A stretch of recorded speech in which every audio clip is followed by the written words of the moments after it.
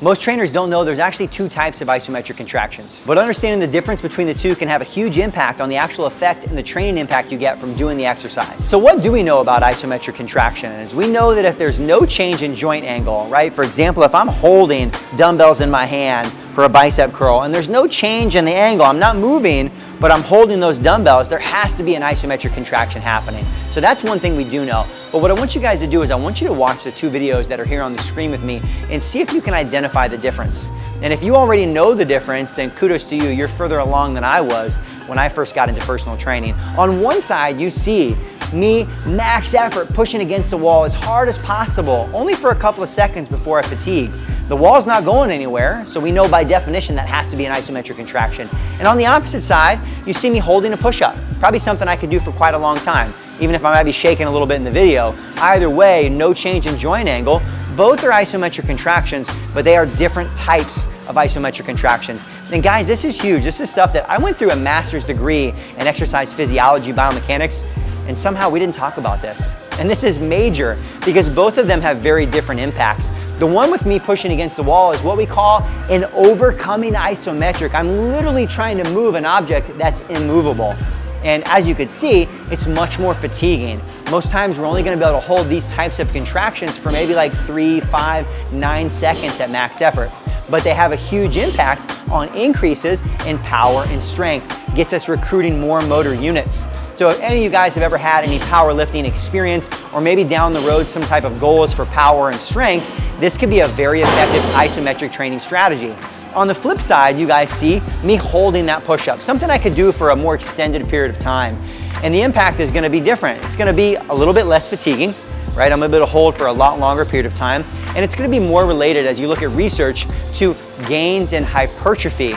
And what we'll find here in some of the strategies I want to give you guys, also increasing stability in the body. So as we think about it, the impact can be huge on how we integrate and use these, but I know in your mind you're still thinking like, all right, cool, Joe, like that's pretty cool. I now know the difference between overcoming isometrics and yielding isometrics, but like they're still boring, right?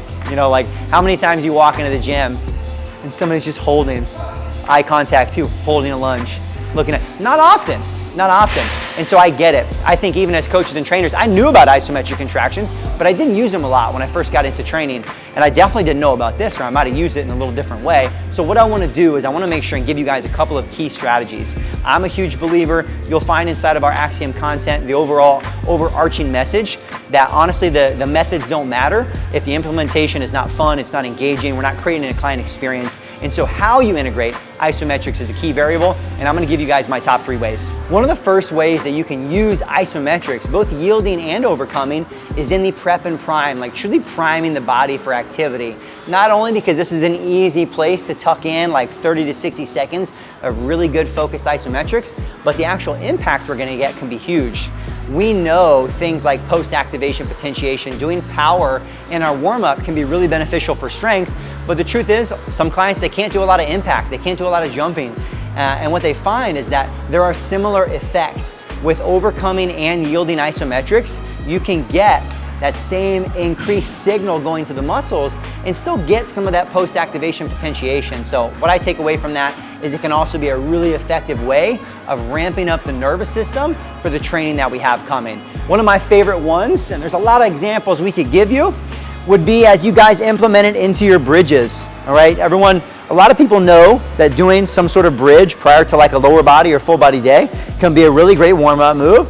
But like everything, it's all about the intention and the implementation. So the difference between me just rocking through some single leg bridges, yeah, I'm getting some signal being sent, right? I'm warming the body up, but it's gonna have a very different impact.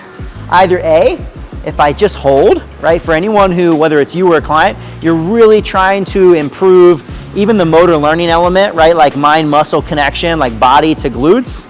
Gosh, hold a glute bridge for 20 to 30 seconds. I guarantee you're gonna know exactly where your glutes are.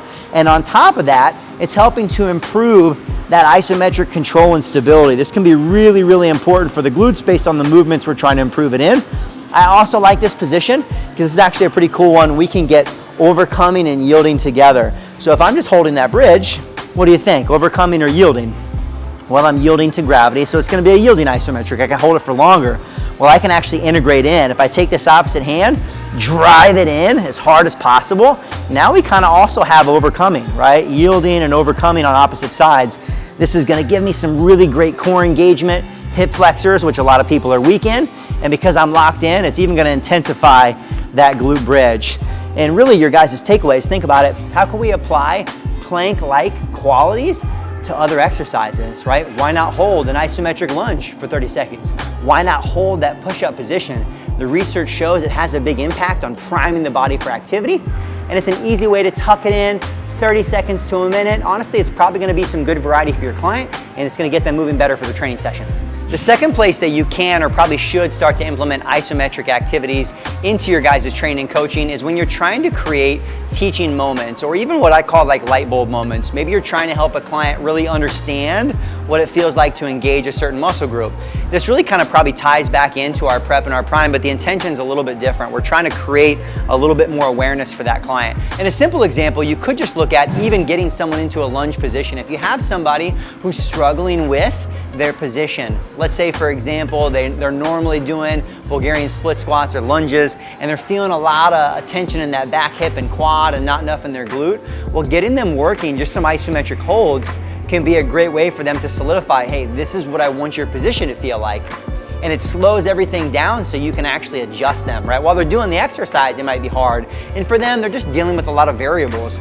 But getting them holding what might be a bottom position, and then you can literally help them adjust maybe their torso angle, and all of a sudden, you know, you ask, hey, where do you feel this? And like, oh my gosh, now I feel my glutes. Make them hold it for a little while. Make them hold it for a little while. Because part of it, we really want to create that stronger mind-muscle connection, this whole motor learning process, so that now when they're in the exercise, it becomes a little bit more autonomic and automatic. So a little different intention from the coaching standpoint, but can really have a huge impact for a lot of clients and make you seem like a magician. And I'll give you one more example of that.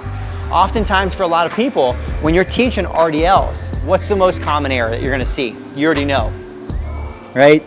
And you use all the cues, you try the dowel on the back and they still round out, and you're like, engage your core, and you're going through all these things, and they just don't get it. Well, sometimes using an external cue like an outside isometric can be helpful. This is a really good one where a lot of people don't think about using their lats to engage their core and stabilize while they're hinging, but it's a huge stabilizer of that lumbar spine. So my simple fix these days, if I have someone really struggling, I'm gonna grab a light band, maybe even lighter than this, but something that they can pull against, all right? So this is a good example of we're adding an isometric in as a teaching tool, right? Not just like a training tool, but a teaching tool. So we pull in, and right away you're like, okay, yeah, I feel my lats. What do my lats do? Extension. And now I gotta maintain that lat engagement as I hinge, and all of a sudden, for 80% of people who are rounded out, now you're gonna see it improve drastically. And the one major change was they learned how to engage their lats. And hopefully their awareness in your coaching can take that back over to whatever tool you're using and use it as a great teaching moment. And the third way I recommend using isometrics in your training sessions is as a way to progress and intensify without adding load. And for a lot of people, this can also be a fun way to add variety. And let me show you what I mean here. Obviously, if we're doing an exercise like a bicep curl and we think progression, well, there's different exercise variations we could do. The most common progression would be like reps or even weight. But you'll find for some people, either A, I don't know, maybe you're on the road, you're at a hotel, you're limited by the weights that you've got, or for some people, going over a certain weight might start to get into joints and other things, but here's where we can add in isometrics. So whether I add in an isometric hold, and this might be the most common way you've actually used some of these isos before, a yielding isometric, whether I add in a 10 to 15 second hold to start, just to accumulate some fatigue, or even if I do more of like a rep pause protocol where I'm hitting 3 reps on that curl, and then I'm holding for 5 or 10 seconds, and I do that 3 or 4 times. First off, if you've ever done it, you're gonna get a mean burn in whatever exercise you're doing. But the nice thing is, it's a great way, especially for hypertrophy, to accumulate a little bit more fatigue in the muscles without adding overall external load. The other way I like to use that is actually what I call interset variety, right? As you're going through a training session, maybe that's a finisher with a client. Maybe the first set, we're doing straight up reps. Second set, we're doing reps and pause, and then maybe the third set's just a hold, right? So a great way, no matter what, we're training the biceps, but we're adding in a little fun variety without having to overall increase, which you'll find for a lot of your general population clients, you'll get to a point where more weight becomes challenging, And this is a great way you can intensify with those isometrics without adding more load. So make sure you guys separate yourselves from the pack and put to use these isometric training strategies in your training sessions.